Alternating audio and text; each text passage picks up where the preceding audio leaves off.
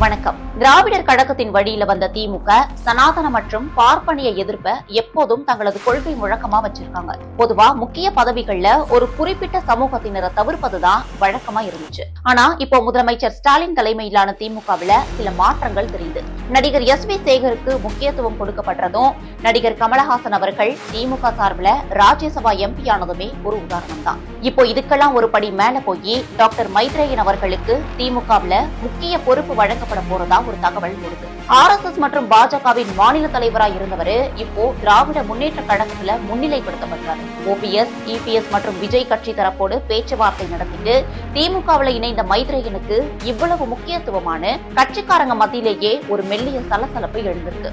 இது வெறும் பதவிக்கான மாற்றமா, இல்ல எல்லா தரப்பையும் அரவணைச்சு போற ஒரு புதிய ஸ்டாலின் மாடல் அரசியலா? ஒரு சீனியர் அரசியல்வாதி திமுகவுக்குள்ள வர்றது பலத்தை கூட்டுமா, இல்ல சலசலப்பை உருவாக்குமா? உங்க கருத்தை கமெண்ட்ல சொல்லுங்க.